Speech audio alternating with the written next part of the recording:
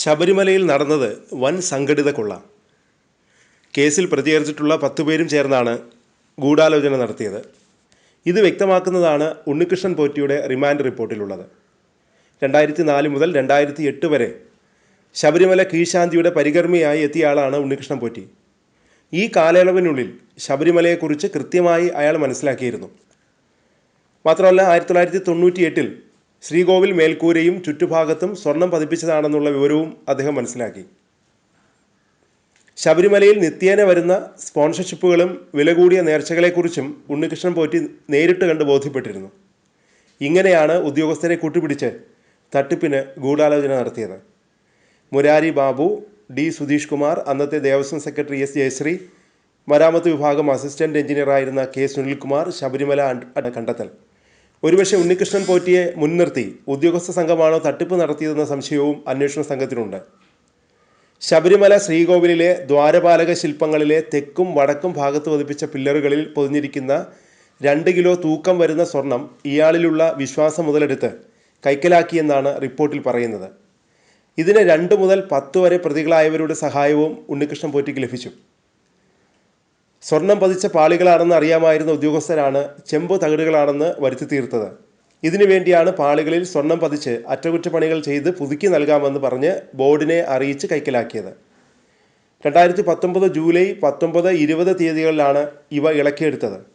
കർണാടക, തമിഴ്നാട്, ആന്ധ്ര തുടങ്ങിയ സ്ഥലങ്ങളിൽ ഇവ കൊണ്ടുപോവുകയും പിന്നീട് ചെന്നൈ അമ്പത്തൂരിലെ സ്മാർട്ട് ക്രിയേഷനിൽ എത്തിക്കുകയും ചെയ്തു. അവരുടെ സഹായത്തോടെയാണ് ചെമ്പുപാളികളിലെ സ്വർണം വേർതിരിച്ച് കൈക്കലാക്കിയത്. ഇത് മറച്ചുവയ്ക്കാൻ 394 ഗ്രാം സ്വർണം ഉപയോഗിച്ച് സ്വർണം പൂശി പിന്നീട് സാമ്പത്തിക നേട്ടത്തിനായി ദ്വാരപാലക ശില്പങ്ങളും പില്ലറുകളും പല സ്ഥലങ്ങളിലും പ്രദർശിപ്പിക്കുകയും ചെയ്തു.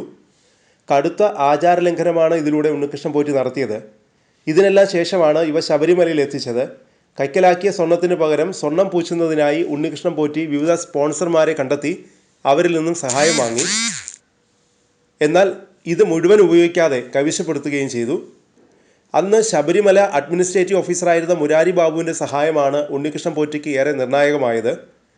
ദ്വാരപാലകരെ പൊതിഞ്ഞ ചെമ്പ് തകിടുകളിലും കൂടാതെ തെക്കും വടക്കും മൂലകളിൽ ഘടിപ്പിച്ചിട്ടുള്ള ചെമ്പുപാളികളും അറ്റകുറ്റപ്പണികൾ തീർത്ത് സ്വർണം പൂശി സമർപ്പിക്കാൻ ഉണ്ണികൃഷ്ണൻ പോറ്റി എന്നയാൾ തയ്യാറാണെന്നും അതിന് അനുവാദം നൽകാവുന്നതാണെന്നും കാട്ടി മുരാരി ബാബുവാണ് എക്സിക്യൂട്ടീവ് ഓഫീസർക്ക് കത്ത് നൽകിയത്. ശബരിമല തന്ത്രി സ്വർണം കുറഞ്ഞ് ചെമ്പ് തെളിഞ്ഞതിനാൽ എന്ന അഭിപ്രായം രേഖപ്പെടുത്തിയപ്പോൾ മുരാരി ബാബു വെറും ചെമ്പ് തകിടുകളെന്ന് എഴുതിയാണ് ശുപാർശ ചെയ്തത്. ഇതേ തുടർന്ന് ചെമ്പുപാളികളിൽ സ്വർണം പൂശാൻ ഉണ്ണികൃഷ്ണൻ പോറ്റിക്ക് അനുവാദ ഉത്തരവ് നൽകണമെന്ന കത്ത് അന്നത്തെ executive officer Sudheesh Kumar 2019 June 18 ബോർഡിന് നൽകി. ഈ കത്തിലും ചെമ്പുപാളികളും തകിടുകളും എന്നാണ് പരാമർശിച്ചിട്ടുള്ളത്.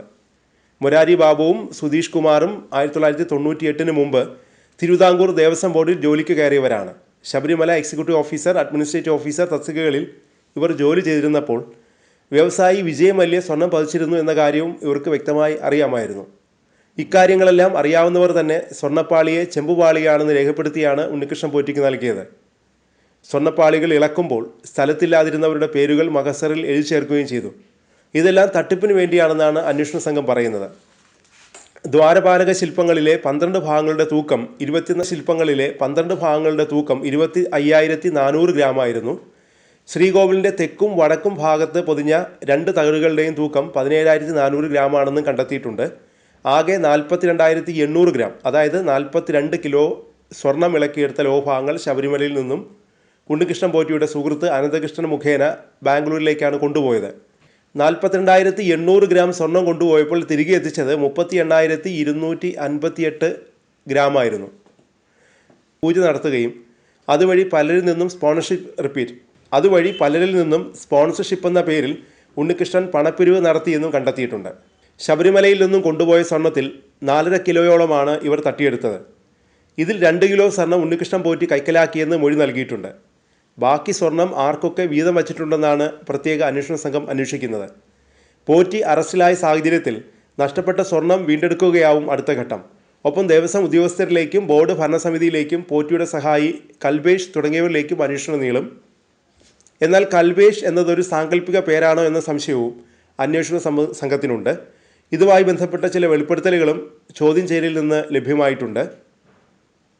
ഉണ്ണികൃഷ്ണൻ സ്പോൺസറായി അപേക്ഷ നൽകിയത് മുതൽ വലിയ ഗൂഢാലോചന തുടങ്ങിയെന്നാണ് പ്രത്യേക അന്വേഷണ സംഘത്തിൻ്റെ കണ്ടെത്തൽ. കൽബേഷിനെ കൊണ്ടുവന്നത് ഗൂഢാലോചനയുടെ ഭാഗമാണ്.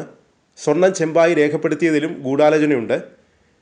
തട്ടിയെടുത്ത സ്വർണം പങ്കിട്ടെടുത്തതായും SIT സംശയിക്കുന്നുണ്ട്. സ്വർണ്ണക്കൊള്ളയിൽ സ്മാർട്ട് ക്രിയേഷനും പങ്കുണ്ട്. സ്മാർട്ട് ക്രിയേഷൻ്റെ സഹായത്തോടെയാണ് സ്വർണം വേർതിരിച്ചതെന്നും റിപ്പോർട്ടിൽ പറയുന്നു.